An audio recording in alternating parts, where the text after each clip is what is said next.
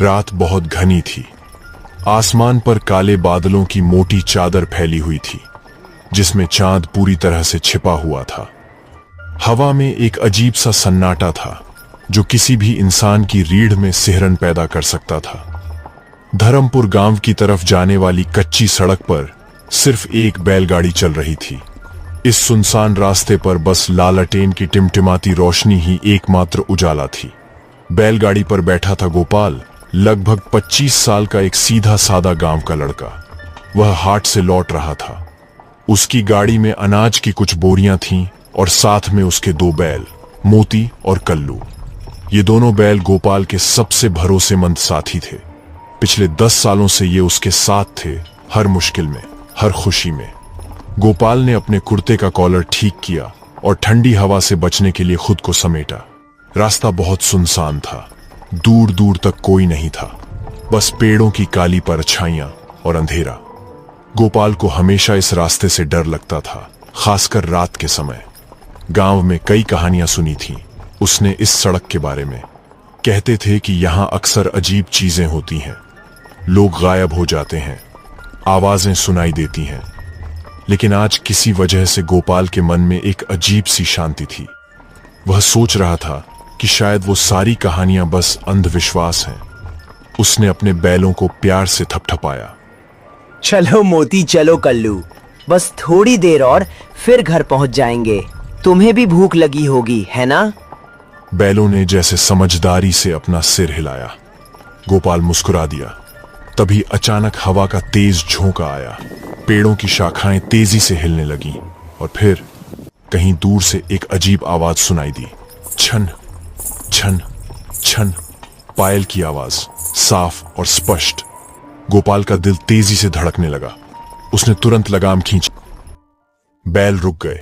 उसने चारों तरफ नजर दौड़ाई, लालटेन को ऊंचा उठाया, लेकिन सामने कोई नहीं था, सिर्फ अंधेरा और सन्नाटा। कौन है वहां? कोई जवाब नहीं आया, बस हवा की साएं साएं और वही पायल की आवाज, छन छन छन।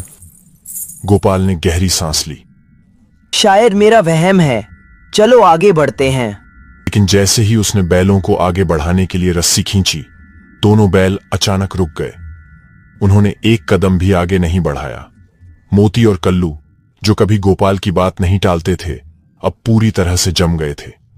उनकी आंखों में डर साफ दिखाई दे रहा था। क्या हुआ तुम दोनों को? तभी सड़क के बीचों बीच से एक सफेद धुंध उभरने लगी। धीरे धीरे वह धुंध गाढ़ी होती गई और उसके अंदर से एक आकृति उभरने लगी। गोपाल की सांसें थम गईं।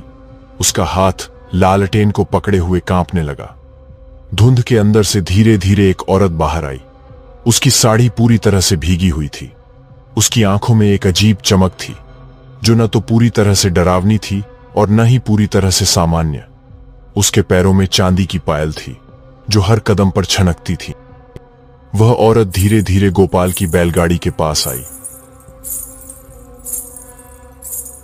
उसके चेहरे पर एक मुस्कान थी, लेकिन वह मुस्कान किसी तरह की गर्मजोशी नहीं दे रही थी, बल्कि एक अजीब सी ठंडक फैला रही थी।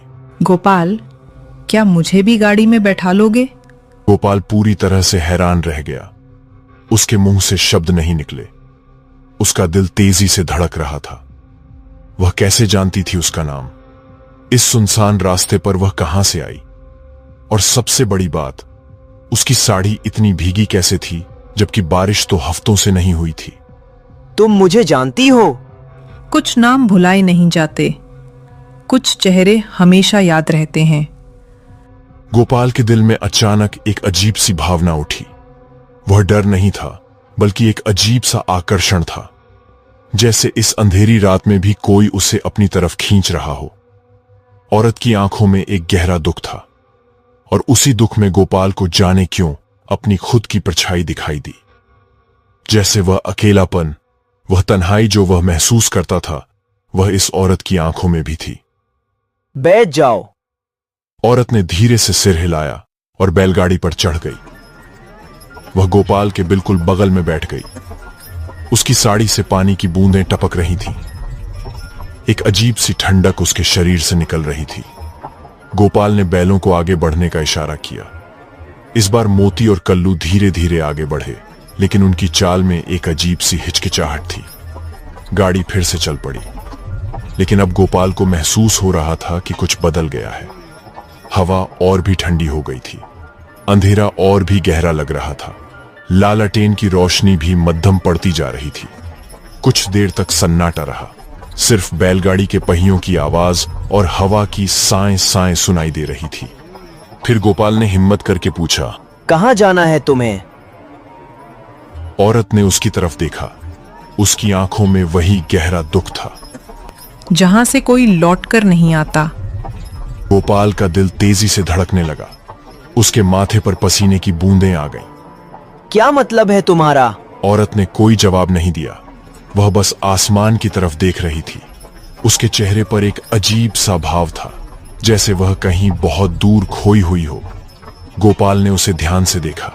पहली बार उसने गौर किया कि औरत के गले में एक पुरानी मंगलसूत्र थी जो टूटी हुई थी। उसके हाथों में चूड़ियां थीं, लेकिन कई चूड़ियां टूटी हुई थीं। उसके माथे पर सिंदूर का एक धुंधला सा निशान था। तुम कौन हो? औरत ने उसकी तरफ देखा।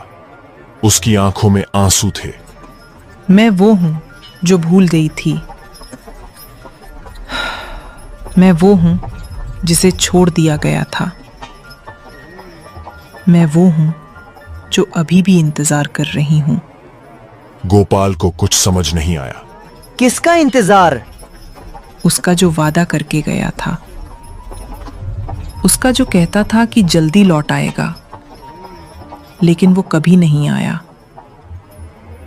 और मैं यहीं रुक गई, इसी रास्ते पर, इसी अंधेरे में। गोपाल के रोंगटे खड़े हो गए। उसे अचानक याद आया कि कई साल पहले गांव में एक कहानी सुनी थी। एक नई नई शादीशुदा औरत थी जो अपने पति का इंतजार करते करते इसी रास्ते पर खो गई थी। उसका पति शहर गया था काम के लिए और वादा किया था कि 1 महीने में लौट आएगा, लेकिन वह कभी नहीं लौटा। और वह औरत हर रात इसी रास्ते पर आकर इंतजार करती थी। एक दिन वह गायब हो गई। कहते हैं उसकी लाश शमशान के पास मिली थी। तुम वो? गोपाल के मुंह से शब्द फूटे। औरत ने मुस्कुराते हुए कहा, हाँ, मैं वही हूं, और अब तुम मेरे साथ हो। अचानक तेज हवा का झोंका आया। पेड़ जोर से हिलने लगे। आसमान में बिजली चमकी और फिर धुंध, बहुत घनी धुंध चारों तरफ फैल गई। गोपाल को कुछ भी दिखाई नहीं दे रहा था। लालटेन बुझने लगी। मोती, कल्लू, रुको! लेकिन बैल रुके नहीं। वे तेजी से भागने लगे। गाड़ी हिचकोले खाने लगी। गोपाल ने लगाम खींचने की कोशिश की, लेकिन रस्सी उसके हाथ से फिसल गई। रुको रुको! धीरे से उसका हाथ पकड़ा। उसका हाथ बर्फ की तरह ठंडा था। अब रुकने का समय नहीं है गोपाल, अब चलने का समय है। वहां जाने का समय है जहां से कोई लौट कर नहीं आता। गोपाल ने अपना हाथ छुड़ाने की कोशिश की, लेकिन औरत की पकड़ बहुत मजबूत थी। उसकी आंखें अब पूरी तरह से सफेद हो गई थीं। उसके चेहरे पर वह मुस्कान नहीं रही। अब वहां एक भयानक खालीपन था। गाड़ी और तेज चलने लगी। धुंध और घनी होती गई। गोपाल को लगा जैसे वे जमीन पर नहीं बल्कि हवा में चल रहे हैं। चारों तरफ अजीब अजीब आवाजें आने लगी। कराहने की आवाजें, रोने की आवाजें, चीखने की आवाजें। छोड़ो मुझे! छोड़ो! लेकिन औरत ने उसे और मजबूती से पकड़ा। अब छोड़ना नहीं है गोपाल। तुमने मुझे अपनी गाड़ी पर बैठाया, अब तुम्हें मेरे साथ चलना होगा। अचानक बैल रुक गए। एकदम से गाड़ी हिचकोले के साथ रुकी। गोपाल ने धुंध में देखने की कोशिश की। धीरे धीरे धुंध हटने लगी और फिर गोपाल ने देखा कि वे कहां पहुंच गए थे। शमशान। चारों तरफ टूटी फूटी कब्रें थीं। जली हुई चिताओं की राख पड़ी थी। पेड़ सूखे और बेजान थे। एक अजीब सी बदबू हवा में फैली हुई थी। गोपाल के दिल की धड़कन बंद हो गई। उसने घबराकर अपने बगल में देखा। औरत गायब थी। वह कहीं नहीं थी। गाड़ी पर सिर्फ गोपाल था और उसकी एक टूटी हुई चूड़ी पड़ी थी। चांदी की चूड़ी जो अभी भी गीली थी। गोपाल ने कांपते हाथों से वह चूड़ी उठाई। वह बर्फ की तरह ठंडी थी।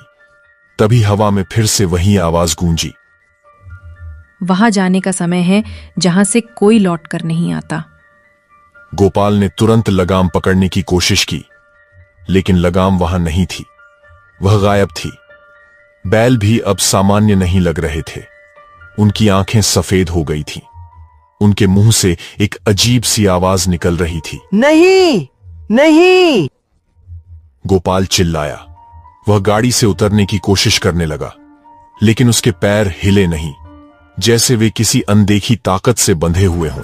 गाड़ी फिर से चलने लगी, धीरे धीरे, बहुत धीरे, शमशान के अंदर की तरफ, वहां जहां सबसे पुरानी कब्रें थीं, वहां जहां सबसे ज्यादा अंधेरा था। गोपाल ने मदद के लिए चिल्लाने की कोशिश की, लेकिन उसकी आवाज नहीं निकली। वह चीखना चाहता था, लेकिन कोई आवाज नहीं आई, जैसे किसी ने उसकी आवाज छीन ली हो। बैल और आगे बढ़ते गए।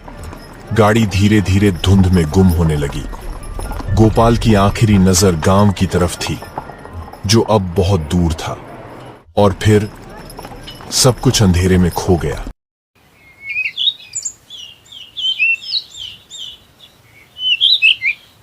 अगली सुबह जब सूरज की पहली किरण धर्मपुर गांव पर पड़ी, तो कुछ ग्रामीण उस कच्ची सड़क पर अपने काम से जा रहे थे। रमेश काका, जो सबसे पहले उस रास्ते से गुजरे, उन्होंने कुछ देखा और चौंक गए। दूसरे लोग भी आकर रुक गए। सड़क के बीच में एक खाली बैलगाड़ी खड़ी थी। अनाज की बोरियां वैसे ही पड़ी थीं, लेकिन बैल गायब थे। मोती और कल्लू कहीं नहीं थे। ये तो गोपाल की गाड़ी है। लेकिन गोपाल कहाँ है? और बैल कहाँ गए? सभी ने चारों तरफ देखा। गोपाल का कोई निशान नहीं था, बस गाड़ी खड़ी थी, जैसे किसी ने जल्दबाजी में छोड़ दी हो। रमेश काका ने जमीन की तरफ देखा। उनकी नजर वहां पड़े कुछ निशानों पर गई। सभी ने ध्यान से देखा। मिट्टी पर पैरों के निशान थे, 2 जोड़ी, एक बड़े भारी पैरों के, जो गोपाल के हो सकते थे, और दूसरे छोटे हल्के पैरों के, जैसे किसी औरत के। देखो, ये कदमों के निशान हैं। ये निशान कहां जा रहे हैं? रमेश काका ने निशानों को फॉलो किया।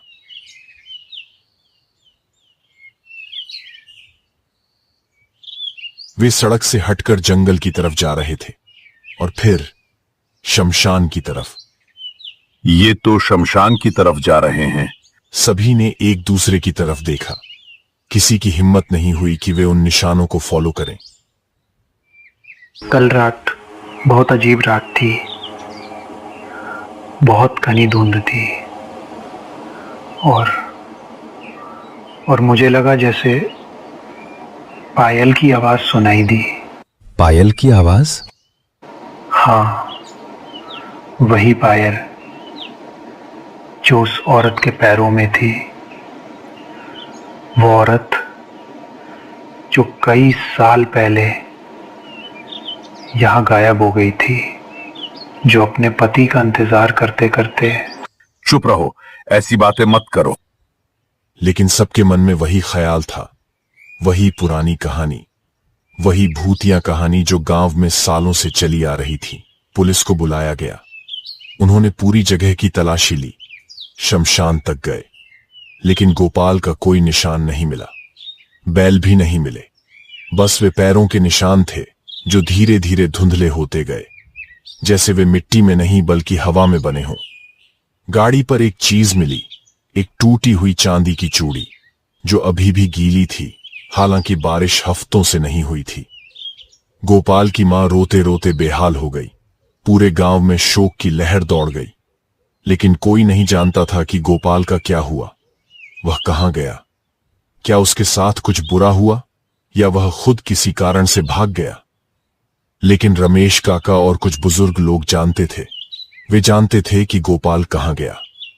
उन्होंने वो कहानी सुनी थी, वो पुरानी कहानी जो सालों से गांव में चली आ रही थी। उस औरत की कहानी जो अपने पति का इंतजार करते करते भटक गई थी। जो अब भी उस सड़क पर भटकती है, जो अब भी किसी को ढूंढती है, और जब कोई उसे अपनी गाड़ी में बैठा लेता है तो वह उसे ले जाती है, वहां जहां से कोई लौटकर नहीं आता।